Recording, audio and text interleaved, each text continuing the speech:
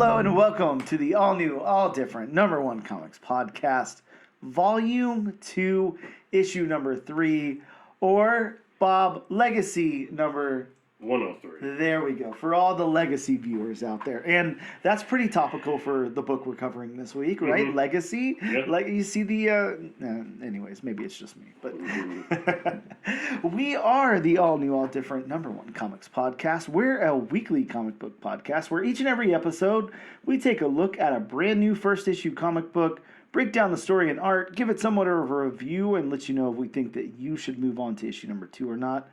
Bob, by the way, I'm Dan. That's Bob. Say hello, Bob. Hello, Bob. I feel better now. Thank you. We also talk a little bit of comic book news, even when that exists. If James Gunn doesn't take it all. He has not. Okay. We talk about what's new in shops this and next week. And, Bob, this week we're covering... This week we're covering from Marvel Comics, The House of Ideas, Deadpool and Wolverine. Now, we're going to talk when we get into our review about House of Ideas, especially given, I don't know how much of an idea it was to just throw Deadpool and Wolverine together right now, but... It was probably a good idea considering the time right now. Sure. Fun either way. We're going to take a very quick break, and we'll be right back to talk some comic book news.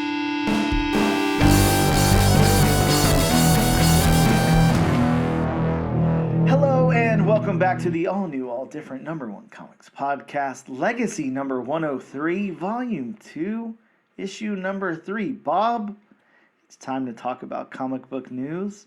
The comic book news exists this week. It's a little light. There's not anything that big. We don't have any huge DC or Marvel trailers out there that we can pick apart or anything. Right. We kind of already did that. Mm-hmm. As it gets closer, we'll have...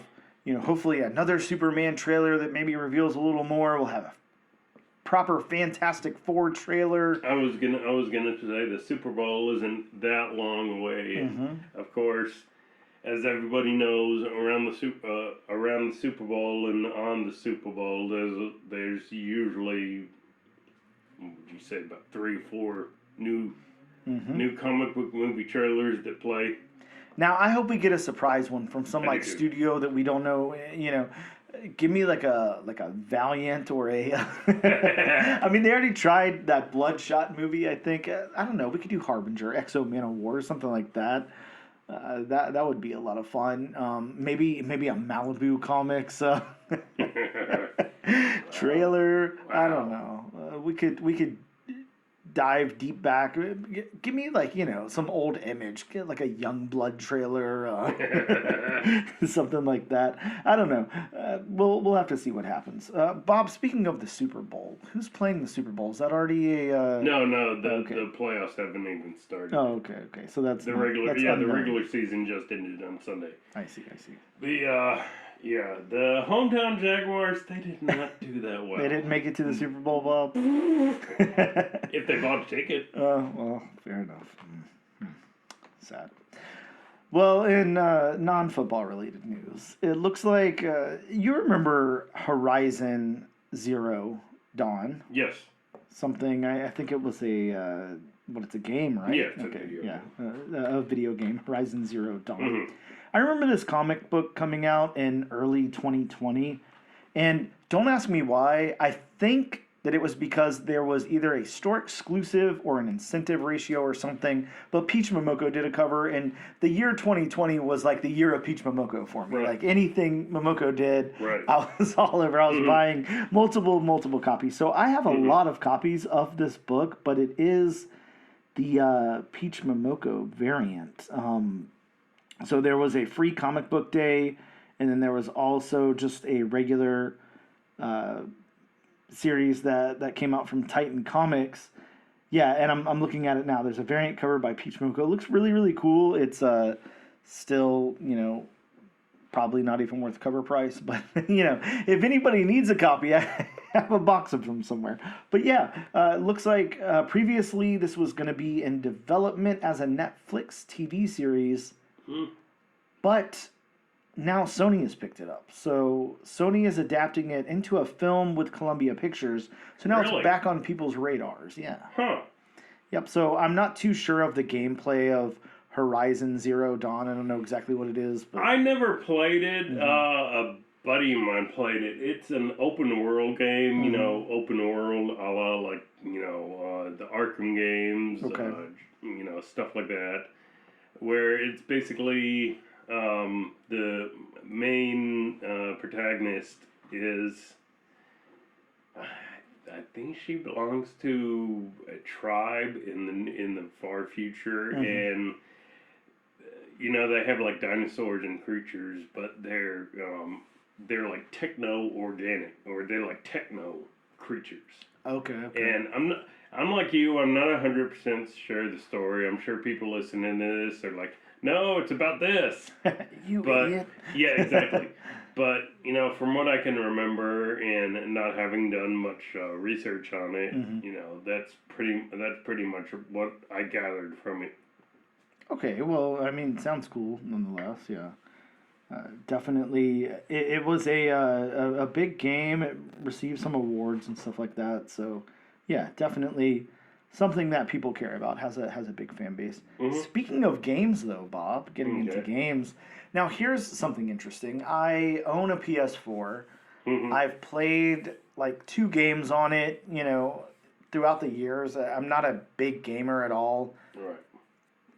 Mainly, it's like either Silent Hill or Resident Evil or something like that. I'll play if I get, you know, I can go through like a phase where maybe for like a day or two I'll play like Tony Hawk. You know, that's kind of fun to just play for a minute. Just kind of get lost in skateboarding that I can't really do, so so I can do it on a game. But yeah, it's not anything I can get too wrapped up in. But you know, it just so happens that, you know, recently I ended up with a lot more time on my hands than I've had before. Right. So I fired up the old PS4 and downloaded The Last of Us and figured I'd give that a shot. You know, I really, really liked the series. So I was like, you know, the game sounds fun. Let me give it a shot. Man, that is a hard game. I mean, for me at least. I don't know about other people. I know, you know, sometimes I would get stuck on some of the Resident Evil stuff and have to look at a walkthrough or something like that. This game is like, I have to look at a walkthrough for everything. I have no clue what the hell's going on. It's so hard for me to play, but it's cool. It's fun. It's really, it's you know, it's super cool. And the reason that I bring this up is because, you know, I'm sitting here playing this game, and then like 2 days later, a surprise trailer drops. So for season 2. So I don't know if you've seen it. No, I think it dropped last night. Yeah, it did drop last night. I watched the trailer for the second season last night. Man, it looks cool. It looks great. Of course, that first season was great. I don't think you ever got into it, did you? Not really. I mean, I watched a little bit of it, but I just never got into it. Gotcha. I loved it, and yeah. So we got the first trailer for the second season. Looks fantastic. Really excited about it. Of course, you guys know we covered it on a bonus episode. There is a Last of Us comic book from Dark Horse Comics, 2013. I think it's a 4-issue miniseries, limited, whatever you call that. And you know, as these things go, you know, trailers come out, new things come out, and stuff like that. The price jumps up. So I think it was hovering right about like $60 to $75 for the first issue. Now it's shot back up to like $150 or something. So now's not a great time to buy if you need this. But yeah, I mean, I'm seeing. Okay, yeah, I've downplayed it quite a bit. Actually, it looks like on eBay, you know, it's selling for around like $200 to $250. So, yeah, not a great time to buy right now. But if you have a copy and you want to sell it, you know, maybe now's a good time to sell. And Bob, we're just coming back to things, you know, things that have already happened before, as all these things are here. Grimm, you remember Grimm? Yes. There's a movie in development for Peacock with original producers and showrunners alongside Josh Berman from CSI and Drop Dead Diva, with potential for a full franchise reboot thereafter. Hey, I did read about this on Key Collectors a couple of days ago. Super. Not familiar with it though. Yeah, me either. Not much. There is from Dynamite Comics or Dynamite Entertainment, as you know, one of our favorite publishers who puts out some pretty good shit. Yeah. They did a free comic book day Grimm issue in 2013. So looks like it's still pretty accessible to get. So, if you are chasing those kind of things, there you go. One thing that I do want to do before I talk about what I'm going to talk about is I just want to run over the Key Collector top 10 that came out, or Hot 10. Just kind of interesting, just different books than have been on there lately. So Right. We've got Predator #1 from Dark Horse in 1989, the first appearance of Predator before, of course, later Marvel would get the rights and all of that, but there's a new Predator film on the horizon, it looks like. So, yeah, Predator #1. You got any copies of that, Bob? I do not. Okay, I've got a few. I think I have about 3. But, yeah, great book to have. Really, really great cover. Love the cover on that one. So metal. It looks really cool. Next up from Marvel Comics in 1976, Bob, Daredevil 131. And, this one has the first appearance and origin of Bullseye. Mm-hmm.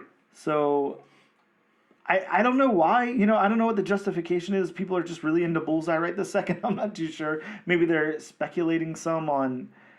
do we know exactly who is in Daredevil Born Again?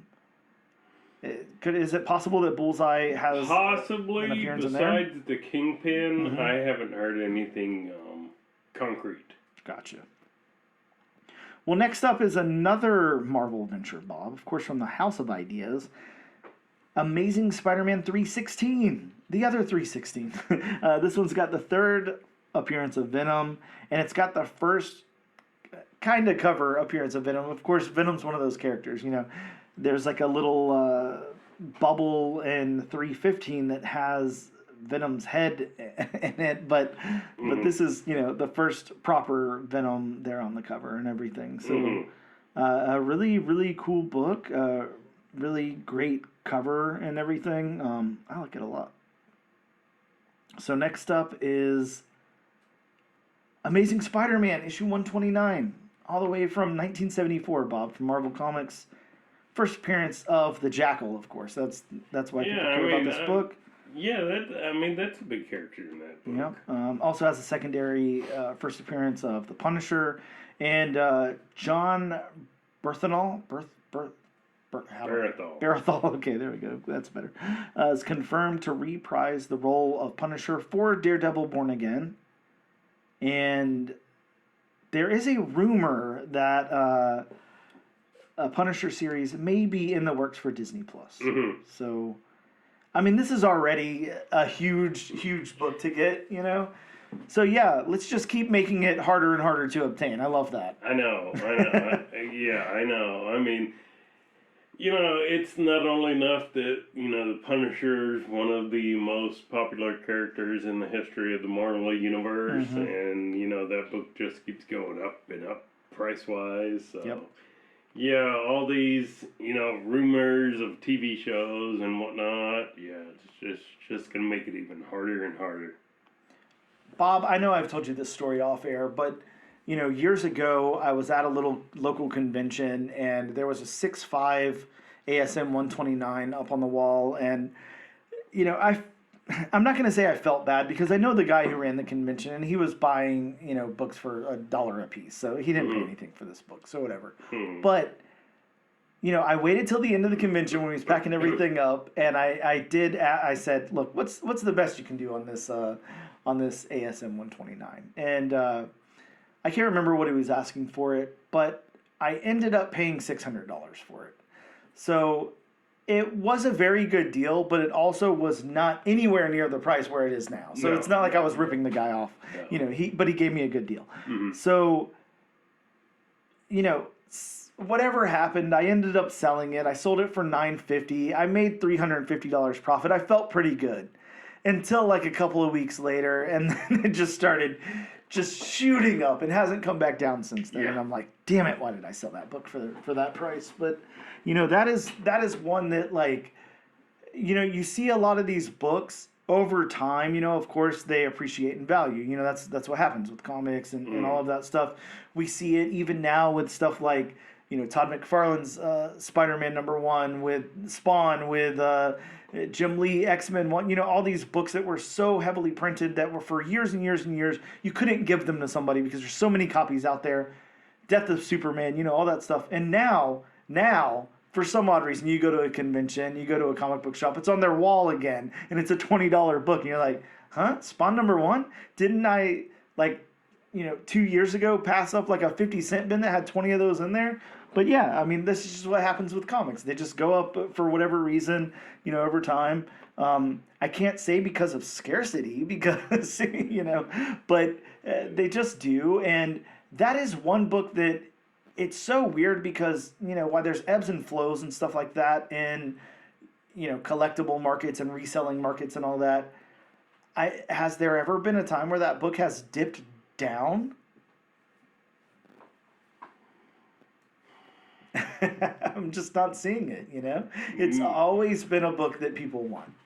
Maybe when all that controversy about his logo was going on. Yeah, sure. Maybe. Yeah. But, I did, of course, I didn't do any research back then to find that out. But that's the only point in time I can think of. Maybe that's, when that book took a dip. Mm-hmm. Yeah, just... Other than that... It's such a big character, such a big book. Bob, we got Fantastic Four 48. Of course, the first appearance of the Silver Surfer. The first cameo appearance of Galactus. Obviously out of our price range to just go grab a copy. But, if you've got a copy of this book, I would suggest holding on to it, We don't know what's going to happen in Fantastic Four, but I would assume... we do know some characters that are in Fantastic Four. Yeah. So, but yeah, I mean, I don't know. I don't see any point in getting rid of this book ever. I would, if I had a copy of this book, it would just not be for sale. It would be one of those. You have a few books, where sometimes you're like, all right, if I had to get rid of my collection, I here's like this little stack where it's just no go. It's not going anywhere. I have a few of those, If I had a copy of that book, that would definitely be in there. Next up is Fantastic Four 49, the first full appearance of Galactus, the first cover and second appearance of the Silver Surfer. Again, super Silver Surfer and Galactus heavy for the Fantastic Four. Next up, we've got from DC Comics in 1968, Bob, Green Lantern 59, the first appearance of Guy Gardner, Hal Jordan's backup Green Lantern. And, of course, we know by looking at that Superman trailer that Nathan Fillion is portraying Guy Gardner in the Superman Legacy movie with that really rad haircut. A nice bowl cut. The bowl cut. Yeah, he looks like, what was Jim Carrey in Dumb and Dumber? All he needs is like the little chipped tooth. Yeah. Oh, man. Next up, Marvel Comics 1981, Bob. Uncanny X-Men 141. Days of Future Past Part 1. The first team appearance of the Brotherhood of Evil Mutants with Mystique, Destiny, Pyro, Avalanche, and Blob. First appearance of most of those characters, as well as the first appearance of Rachel Summers, the daughter of Scott and Jean. And of course, everybody knows that cover. Oh yeah, that is such an iconic cover. Oh, yeah. Speaking of covers that have been homaged a million times, yeah, that's definitely exactly. one. Exactly. Now, next up, back to Fantastic Four, Bob. Fantastic Four 50, an iconic cover by Jack Kirby that's got the Silver Surfer there. It's got Silver Surfer versus Galactus inside. The third appearance of the Silver Surfer, the second appearance of Galactus, the first appearance of Wyatt Wingfoot, an ally of the Fantastic Four, the introduction of the Ultimate Nullifier, a weapon created by the Watchers. Yeah, I mean, you can't talk about Fantastic Four 48 without talking about 49 and 50. I mean, collectively, I mean, they're the Galactus trilogy. Yep. So you have to Nice have those trilogy three books there. lumped together. Now, this last book that I want to talk about before I go into some MegaCon announcements is we talked about the news last week that Jason Momoa is going to be Lobo in the TCU somewhere. So Omega Man number 3 is on the list, the first appearance of Lobo. And yeah, Bob, there was so much speculation that he could be Lobo, and of course then it was announced that he was. I don't know. I feel like everybody wants a copy of this book now. If you didn't have it before, you want it now. I'd love to know what it's currently selling for, because it had settled for a while at like around $100. Yeah. But yeah, it looks like you can still pick up a nice copy for 100, 125. I honestly, I don't usually try to use this platform to tell people what to buy or anything like that.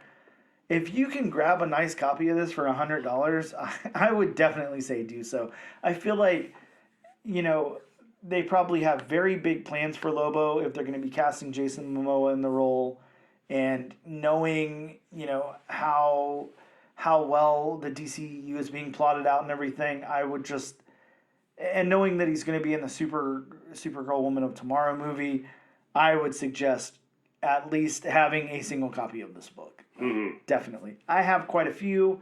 They're not going anywhere, so yeah, really, really great book to have. And that is basically the news, Bob. I do want to go over just really quick. I was just looking at MegaCon's lineup for 2025 here, so I'd just like to talk about some of it really quick if we can, because man, it's a stacked list this year. So for celebrities, we've got Millie Bobby Brown, of course, of Godzilla fame. What else did she do? She did something else. Yeah, a thing or two. Yeah, she was in Stranger Things. She'll be there on Saturday, taking pictures, signing autographs, doing all those things. Matt Smith will also be there, of Doctor Who. Ron Howard, Bob. Really? Of Happy Days fame. Wow. Yeah, the famed director and kid actor Ron Howard. Wow. So for all you Forrest Gump heads out there. Hey, there you go.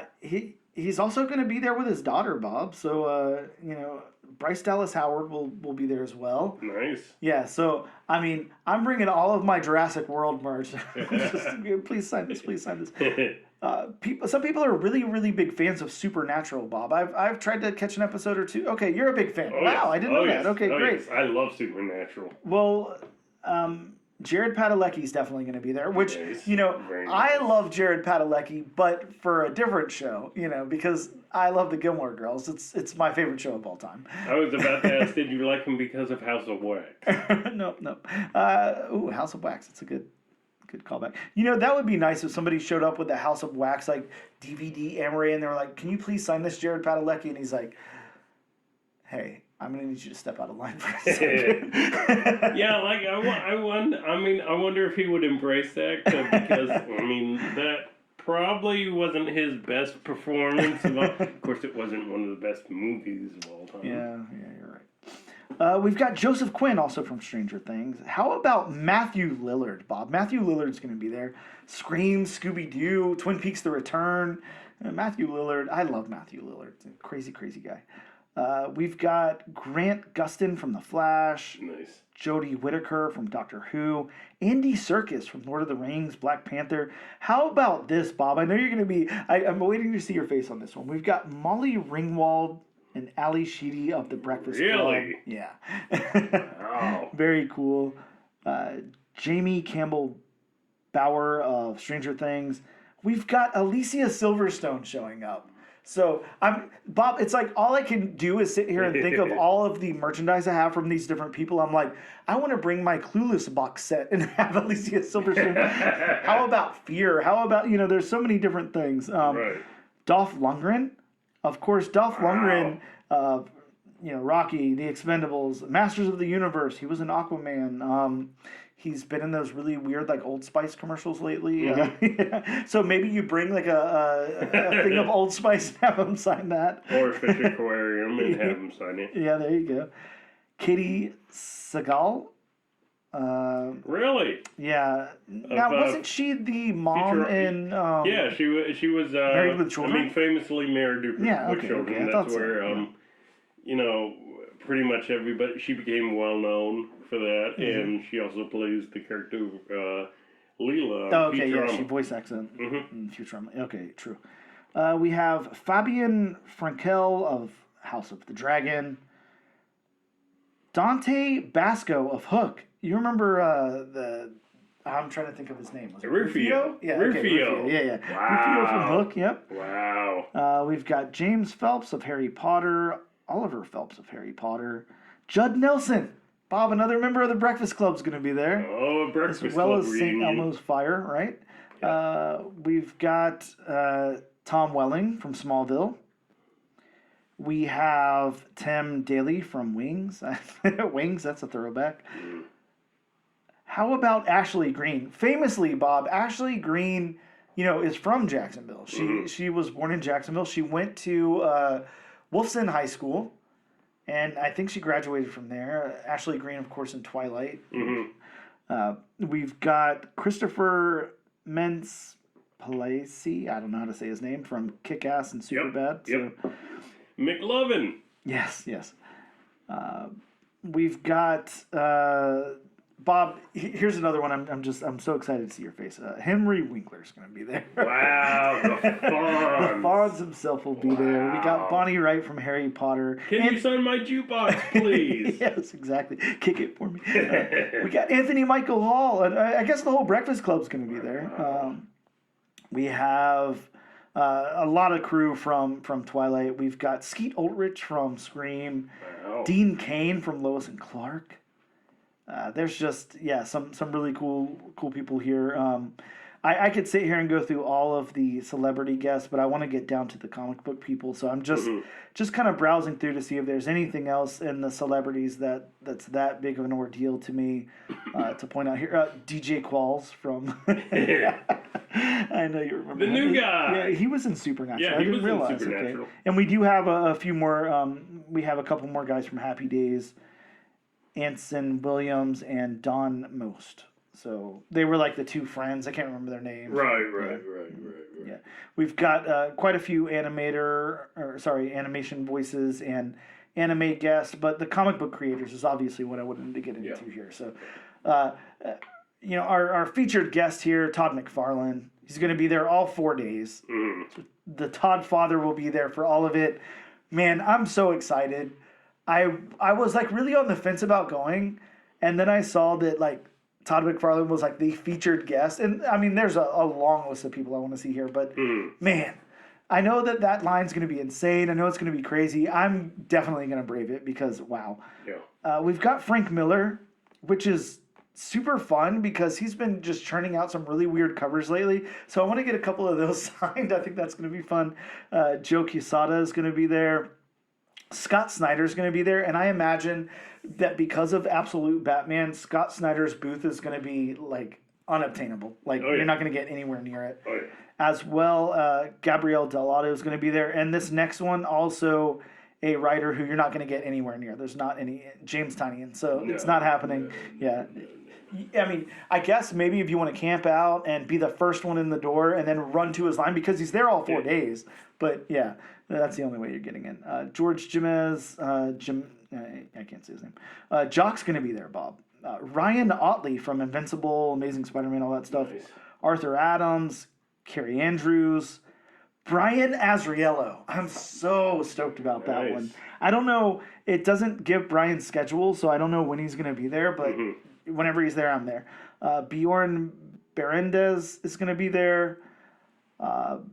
Mark Brooks is going to be there, another big one. Donnie Cates is going to be there, Bob, so pull out your copies of Venom. Marco Cicchetto from Ultimate Spider-Man and Daredevil is going to be there. Frank Cho, Clayton Crane, Jerry Conway.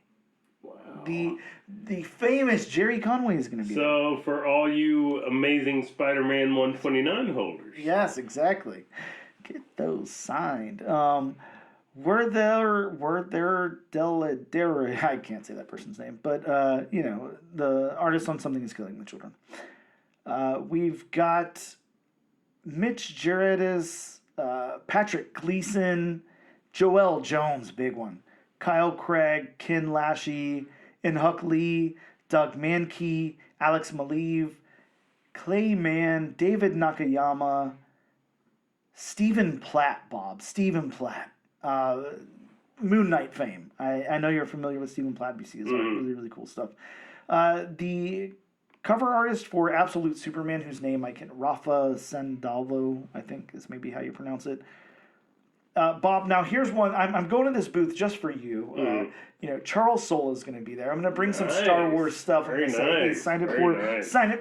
Make it out to Bob, please. Very nice. Martin Simmons from Dracula and Department of Truth is going to be there. Ryan Stegman, Zeb Wells, and Bob. The list just goes on, man. There's just so many, but a few more to highlight. Benjamin Percy is going to be there, so I am so stoked about that. That's very topical considering what we're covering today. As you can see to my left here, Ben Templesmith is going to be there. I have some Ben Templesmith original art right next to me. We've also got, just Dan Parent from Archie fame is going to be there. Man, I'm saying this is just an insane lineup. Like, E.M. Gist is going to be there. Emma Kubert is going to be there. There's a nice one. We've got Freddie Williams II there, Garrett Gunn, Greg Land, Greg Horn. There's just Jason Metcalf. Now, I know we're a little familiar with him. He's going to be there. There's just so many, Bob. So many cool people. John Boy Myers will be there. Kelly Yates. And Laura Braga, another big Star Wars creator, is going to be there. Lee Garbett, Lucio Perella. I feel like Lucio Perella is always there. Maria Wolf will be there, which is cool. She kind of like shot up with these really crazy covers, and I haven't heard much about her lately, but I'm excited that she's going to be there. Mirka Andolfo will be there, which I know she's like super elusive. Like, I reached out to her before about coming on the podcast, and she actually got back with me and just said, "No, I don't do interviews." And I was like, "Okay, well, I can respect that." Patrick Horvath from Beneath the Trees Where Nobody Sees. That is going to be a line too, Bob. There's no way. Philip Kennedy Johnson's going to be there. We got Rose Besh is going to be there. Sabine Rich. Sam De La Rosa is going to be there. Of course, the crazy Venom art there. Yeah, there's just... Sue Lee is going to be there, Bob. So, very nice. Again, all 4 days for Sue Lee. So, really excited about that. I think that hopefully I'll be able to, gravitate over to Sue Lee and say, "Hey, you definitely don't remember me, but I interviewed you." And she'll go, "Yeah, you actually owe me money." So, hey, get your Qatar #1 signed. Yes, definitely. And Tyler Kirkham's going to be there too, Bob. But Who?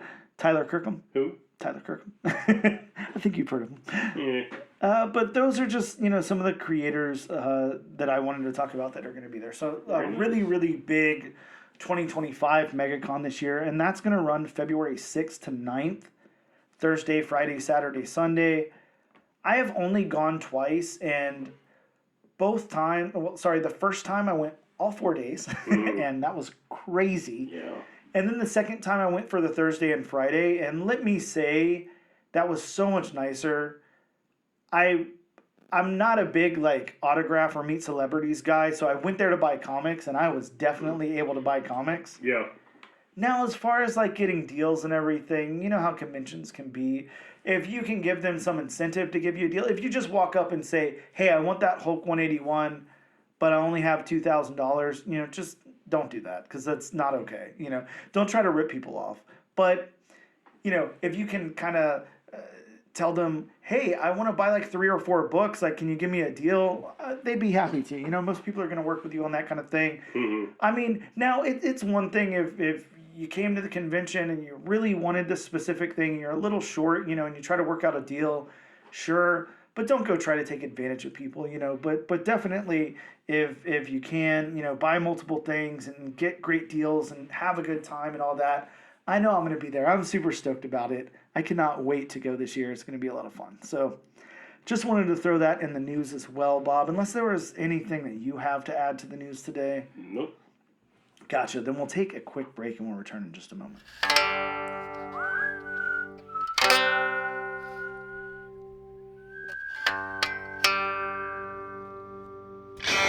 And welcome back to the all new, all different Number One Comics podcast. Legacy issue 103, or Volume 2, Issue number 3. Bob, all right, it's time to talk about some new comics that came out this past week. Of course, today being Tuesday the 7th, we're right on the cusp of New Comic Book Day, but that's okay. We'll get this episode out before New Comic Book Day happens. So these all came out on January 1st, New Year's, but, you know, a lot of people didn't get to their local comic book shop on New Year's Day. Mm-hmm. Maybe they didn't have time the day after, so maybe some of this stuff is still laying around. Only one way to find out is to go to your local comic book shop and see. From Detective Comics, we've got Absolute Superman, issue number 3, The Origin of the L Family, and Krypton. Yeah, Bob, the Absolute universe definitely heating up. Really good to have these early issues and all that. I'm loving all of them, so really cool stuff. How about Marvel? Cable, Love, and Chrome, issue number 1, the first appearance of Cicada. I don't know who that is. I haven't read the book yet, but I did pick it up. How about this one, Bob? Marvel Comics, What If Galactus Transformed the Incredible Hulk into Herald of Galactus? Yeah, so this is an all-new series of one-shots where I think they're coming out weekly, and each week Galactus is transforming somebody different into a Herald. This coming week we have Galactus transforming Gambit into a Herald of Galactus. So, yeah. So does the Hulk hop from planet to planet, heralding the arrival of Galactus? I guess so. Sounds fun, though. We got Justice League's The Atom Project, number 1, an introduction to the Atom Project, a recollection and backup system created by the Atoms, Palmer and Choi, and Captain Atom in an effort to help heroes reclaim their powers. Sounds like a good service, you know, for heroes, helping you reclaim your powers.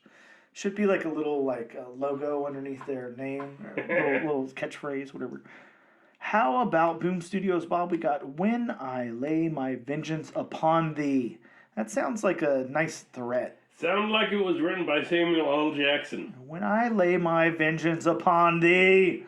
Yeah, I like it. This is a disgraced priest who's exiled to a South American town to study under a controversial exorcist, only to find the area plagued with evil and some connection to a coma patient who hasn't aged in half a century.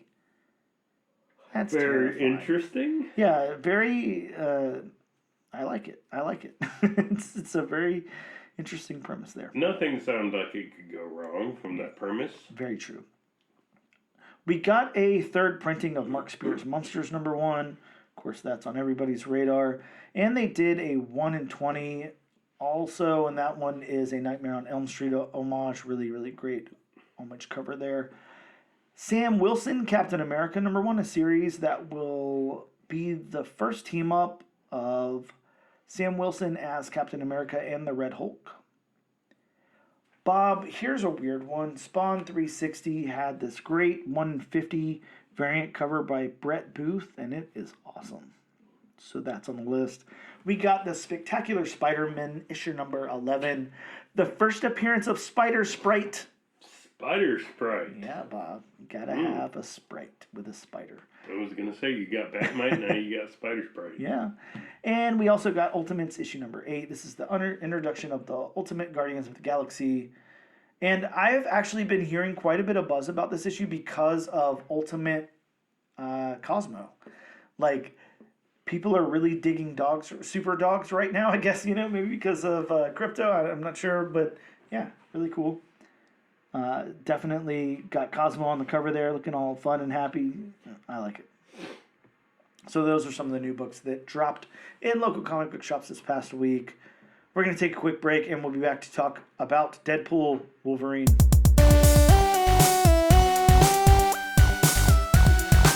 And we are back with Volume 2, Issue number 3 of the all-new, all-different number 1 comics podcast. It's so hard to do, Bob. I'm just like, I'm going to end up saying Episode 1. I don't know what I'm going to say. I'm surprised you haven't said it yet, to be honest. It'll happen now. Now I'm cursed. Bob, it's time to talk about the book we're talking about today. From Marvel Comics, Deadpool, Wolverine. I keep wanting to say and versus or whatever, but it's just Deadpool / Wolverine, so I don't know how I'm supposed to verbalize that. Yeah. This is a book from Marvel Comics. Came out January 1st, 2025. And Bob, as we talk about this book, I'm going to go ahead and read the synopsis from Marvel. Wade and Logan together again, the most unlikely team-up turned to most demand one. Deadpool and Wolverine are back together again and ready to blow your minds in this ongoing series that hits like a never-ending action movie with the fate of the world in the balance. When a fan-favorite villain is unearthed, you'll get to see a new side of our heroes and their adversary. As an ages-long plan comes to fruition, and the only thing that stands between Earth and annihilation is the best there is in the Merc with a Mouth. Brought to you by another legendary pairing, writer Benjamin Percy and artist Joshua Cassara. These comic superstars put your favorite superheroes through their paces and series. What? I don't know what I just read. In a series chock full of surprises, twist reveals, and a villainous plot that'll turn long-term and newly arriving ex-readers' heads. What? This is one for the pullist. That was an interesting one. Bob, Benjamin Percy. We know that guy. Yeah. We keep talking about him. Yeah, because he's really good at writing things. Mm-hmm. Yeah, Benjamin Percy, I don't know. I'm not going to... He does Wolverine, X-Force, Green Arrow, Ghost Rider, all that kind of stuff. Not going to sit here and talk about him. You can go back to any of the previous episodes where we talk about Benjamin Percy. Yeah, what was it? 2-3 issues ago, Yep. we just talked about Benjamin Percy. Yep, we sure as hell did.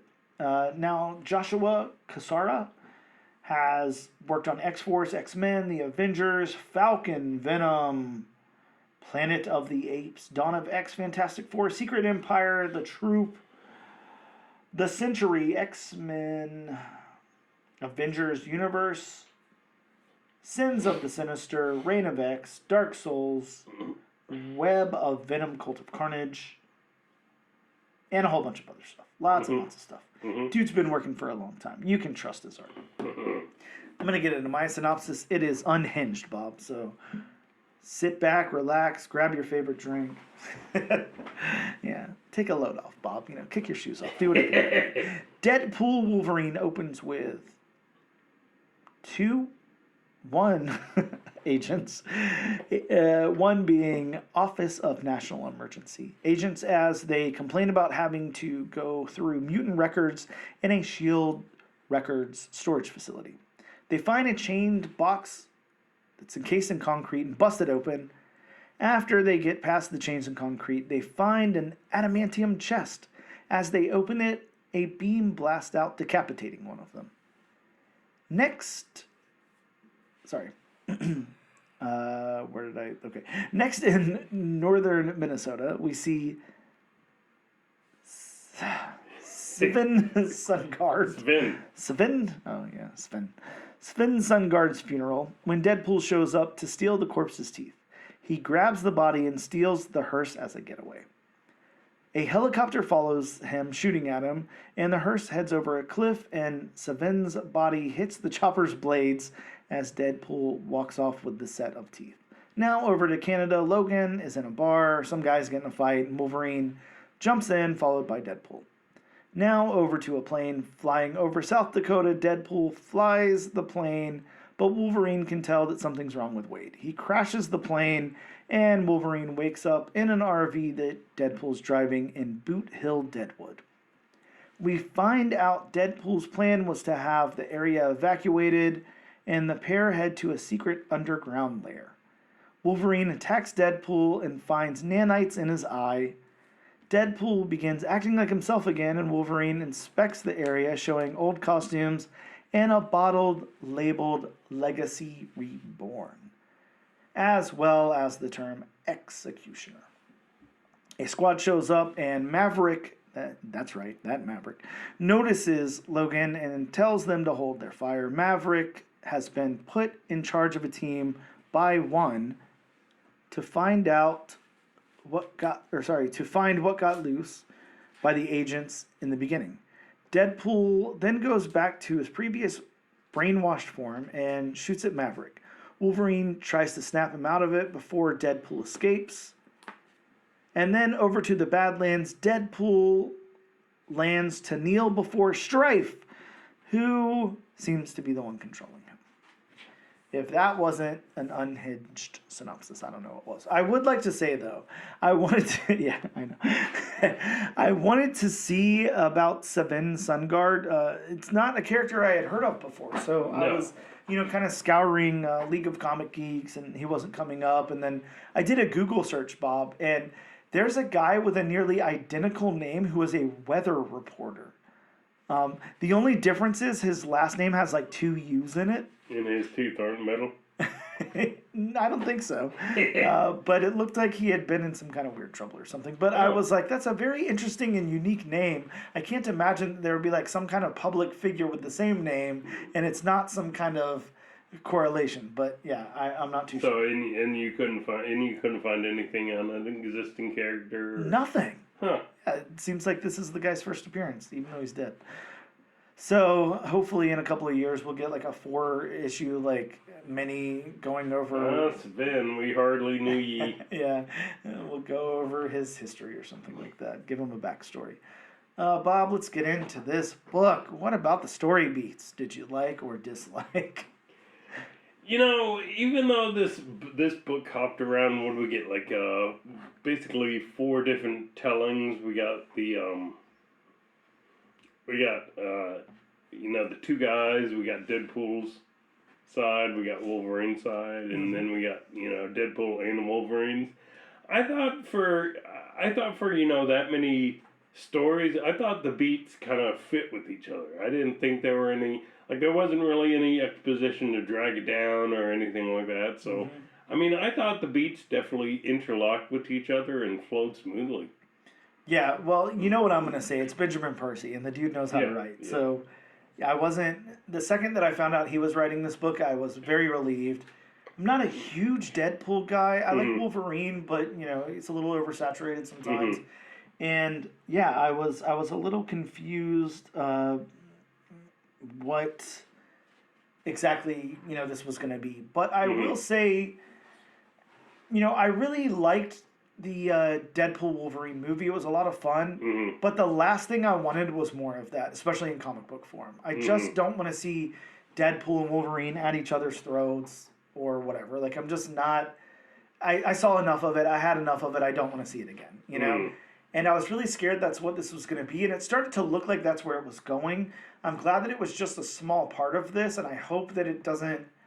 I'm fine if it's like a theme in there, if it's, whatever, they fight a little bit here and there, but I just don't want it to be the story. So I like that they have a mission here. I like that it's Strife. That's so interesting. Yeah, I know. Yeah, I like to... A character which hasn't exactly been used that much in the past few years. Strife and Maverick, so... I know, it feels like a throwback to the 90s. Yeah, it's super cool. I actually really like that. But yeah, I think this story moves around just fine. I think that, obviously, the beats are really going to work because Benjamin Percy knows what he's doing. Nothing slowed this story down for me at all. No. It moved at a fast pace and a very comfortable pace and was an easy read.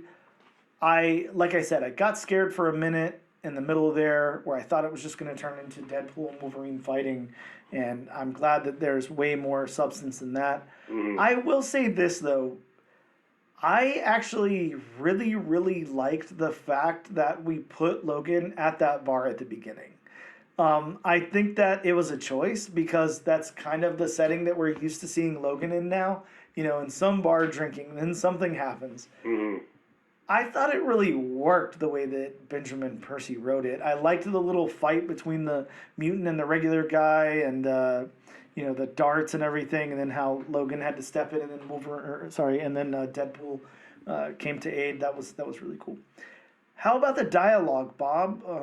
Do we feel like Benjamin Percy got these characters' voices kind of nailed down? Or? I did. I felt like I was definitely reading, a comic book Wolverine and Deadpool teaming up together. Yes. I completely agree with that. I feel like, yeah, he's really good with the voices here. I think that both of them can be those types of characters that it's very easy to overwrite. It's very easy to use too much dialogue or, have Deadpool make too many jokes, have Wolverine be too gristled and all that. I really like the balance that I feel like he utilized in this for the dialogue. I thought it worked really, really well. Speaking of dialogue, I did find it, really weird hearing those the brainwash voice come out of Wade's mouth, because you're just used to Wade, being one way. Yep. And then, hearing that where it's just like, just like X amount of words and that's it. Yep. Yeah. Very, very cool. I liked the dialogue here. The narrative of the book, I feel like the narrative really worked. The narrative structure of this book, I had no complaints with. I think that it's going to be hard for me to critique somebody as good as Benjamin Percy on their narrative. I don't even feel like I can say anything because the guy really has it nailed down. He's proven that again and again. So yeah, I do like in the narrative, and I'm sure you picked up on this, how in the very beginning it was kind of like when those two were tasked with inventorying everything, which that was a lot of stuff to inventory. It was basically set up like the Indiana Jones scene where the Ark gets moved over to that warehouse to just be stored in inventory, and they pan back and you see all those objects. Yes. I would love to see that that little warehouse, that would be so interesting. Really, really cool. I liked it a lot. Okay, so the world building. How does Benjamin Percy do fleshing out this world for you? I like the world so far. I mean, we go a bunch of different places. Yeah, we do. We go to Minnesota. We go to the Badlands of North Dakota, South Dakota. I can't remember where exactly. South, right? We go south. We go underground to which is in a cemetery, that underground lab in the cemetery in South Dakota. So yeah, I definitely like the world building in this. Yeah, the world building works really well for me also. So let's get into art then, Bob. Of course, we are talking Joshua Cassara on art here. Joshua Cassara, now reading his credits and looking at his art, of course know who he is, but he is not one of those creators that is like a household name for me. You say his name and I wouldn't really recognize his stuff without any reference. So I really liked his art. I thought his character art was fantastic. He did a really good job. I don't think that he was like reaching for anything. He wasn't trying to reinvent the wheel with anything here, but it definitely worked very well, especially teaming up these two Marvel flagship characters, who we all know very, very well what they look like, and we're not looking for a super stylized reboot of them or anything like that. So, yeah, I thought his character art was fantastic. I liked it a lot. How about you? Yeah, I liked how especially the characters of Wolverine and Deadpool were drawn. I mean, the detailing on their costumes was perfect. This is definitely more 90s style Deadpool than, more current Deadpool. I mean, he looks a little stockier and, bulkier, whereas as opposed to the athletic, looking kind of Deadpool that... they're not basing this Deadpool off of Ryan Reynolds, really. And I gotta say, it's great, but it's creepy at the same time. The character look of Sven. Oh, yeah. When they're at the funeral and just that wide smile and the withered corpse. Again, it's great, but it also gives off creepy vibes at the same time. I definitely think that's what they were going for, I hope. But I hope so also. Yeah, very cool. Bob, being the background snob, of course, every comic book has to pass a series of tests And for Bob, that is that the backgrounds really work with the tone of the book, that they are fleshed out where they need to be, and they take a back seat when they need to. Bob, how did you feel about the backgrounds on this book? Oh, the backgrounds work perfect in this one. I have it open to that page of Wolverine standing up in the bar, and yeah. I mean, you can even make out the wording in the little hand drawn sign in the background. Mm-hmm. Yeah, that was a very nice panel. Yeah, it really is. I mean, yeah, I mean when they first showed the church, Mm-hmm. the interior of the church for the funeral. I mean, you see, all the details and the stained glass window and all that kind of stuff. So yeah, I mean, the backgrounds in this book are top notch. Here's one thing that I really want to shout out in the art, and this isn't necessarily background, I guess it's more of the foreground, but whenever, kind of like our opening few scenes there, and the one agents are ascending on that concrete box and everything that's all chained up, I really liked the chains in that because they were, all the chains were different. It was like, it would have been very easy, to make the decision that like all the chains are the same gauge and same size and rusted the same and all of that. But like every chain in there is kind of different. You can tell they're using different chains to chain this thing up. And like, I think that's a much more like real world approach at something like that. Yeah, because it gives more like it was done haphazardly. Yeah, exactly. Yeah, there's definitely some character there. I mean, it was done on the spot. It was done right then. Yeah. As opposed to thinking this out, okay, over months, it's chained together. Yeah, definitely. I really liked that a lot. I thought it was really cool. All right, then the locations, we talked about some of them. This goes, Minnesota, South Dakota, Canada, all over the place. The locations are cool in this. This does play out like an action movie. So, yeah, it really does. Yeah, it definitely works really well. We do have a dedicated colorist, Guru EFX, colors on here. I thought the colors really, really complemented the art very, very well. Really nice colors, a very, very bold palette in this book. And it looks great. I like it a lot. It does invoke some of those 90s vibes, but it also has a modern look to it. I don't know. It's a good mix of both, but I like the colors in this a lot. Thought they worked really well.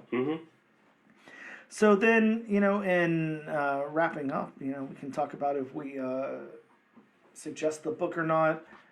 I'm going to say this. Deadpool and Wolverine as like a team up is definitely not like my cup of tea, like it's cool. It's interesting. The movie was fun. I only want to watch it one time, that kind of thing. So if I'm just being sold on the Deadpool and Wolverine aspect of this book, I would say that's not going to do enough for me. But the fact that it's executed so well and I care so much about the story that's going on in this book, I definitely recommend this. This was a lot of fun. Had a really good time with it.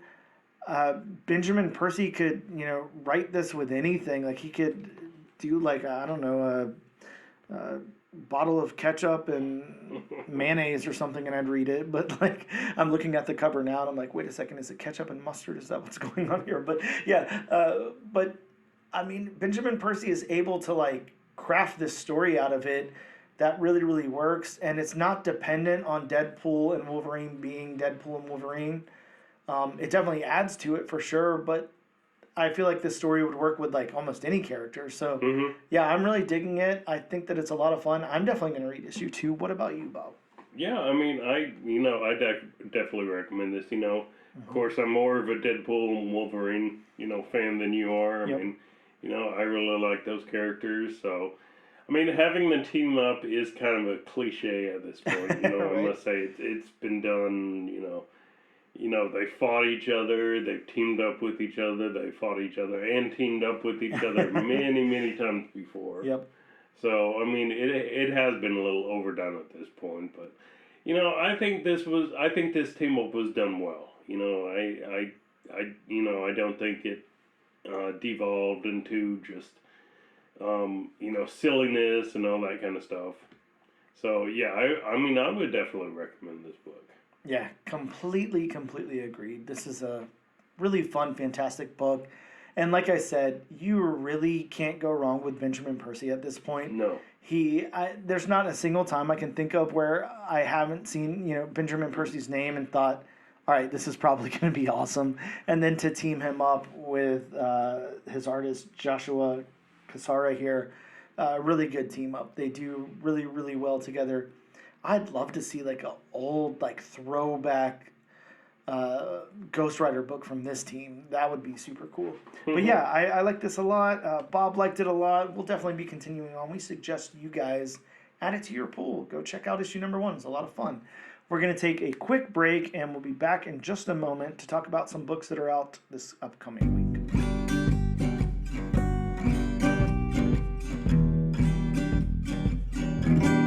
Hello, and welcome back to the all-new, all-different number 1 comics podcast, Volume 2, issue number 3, Legacy issue 103. I did it, Bob. There you go. You got it right. I got it right.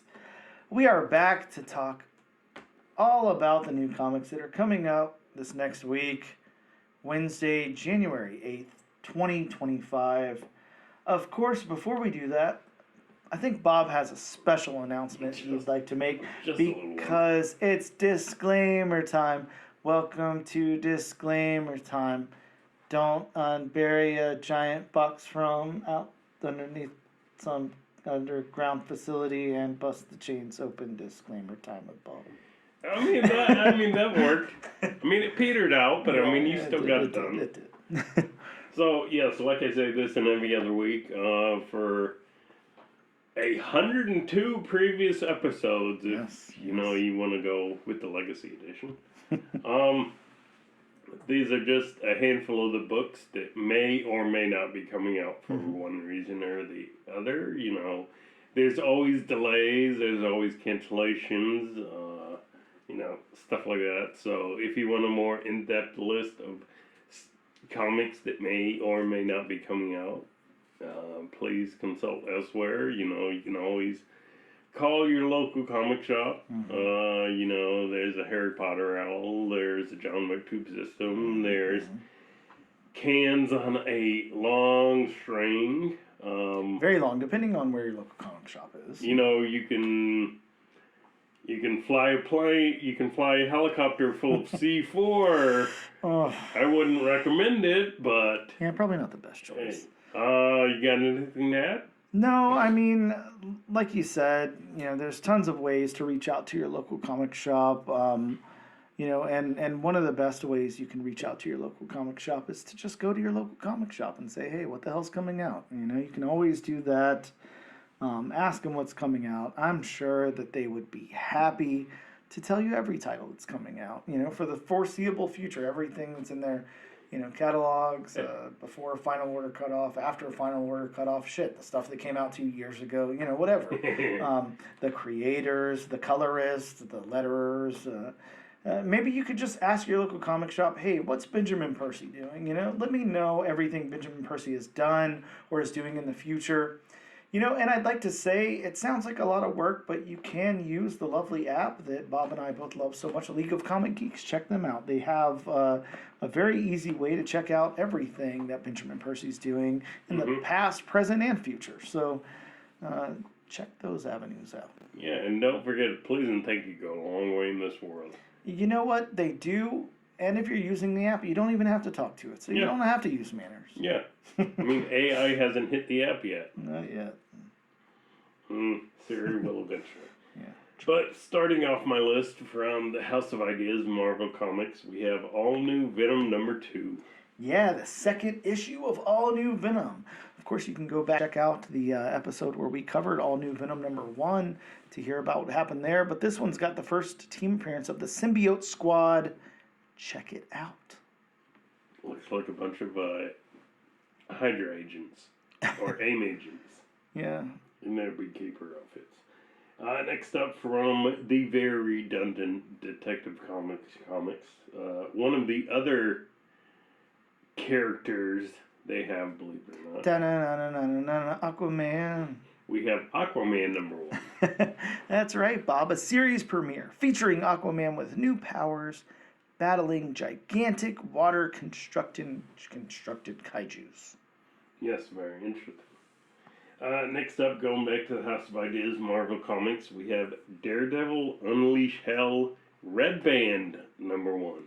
Bob, how excited am I? Because we got a red band edition of Daredevil. We got Elektra here teaming up with Matt Murdock, and this is a 5-issue limited series. They're going to be tracking down a killer. It's got the first appearance of Muse 2. I'm so excited to see a red band of Daredevil because, as we know from the Daredevil Netflix show, uber violent, adult-orientated Daredevil is just what we need and love. So this is going to turn out very, very well, I think. And I'm not 100% sure. I'm going to check really quick. I'm going to stall for a second. Yes, Bob, you know the writer on this, so I would assume this is going to be very, very good because it's written by Erica Schultz. Oh, nice. Yeah, so really excited. Very nice. Next up from Image Comics, we have Death of Copra #1. Yeah, this is a series that's been going on for a while. This is just another volume in it. I think this is supposed to be, this is supposed to be the final volume or series, if you will, of Copra. I don't know anything about Copra. If you do, maybe this is exciting news to you. No. Next up from Marvel Comics, the House of Ideas, we have a one-shot, which you were talking about earlier. We have What If Galactus Transformed Gambit #1. I'm anticipating a whole bunch of cards. Planet exploding cards, from the looks of it. Yeah.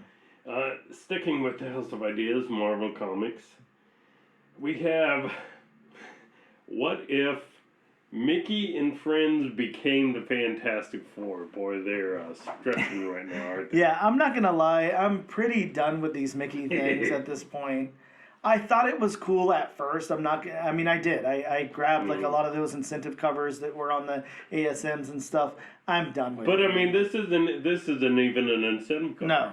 And it's just, I just don't care anymore if Donald Duck is Wolverine. Like, it doesn't, it's so goofy.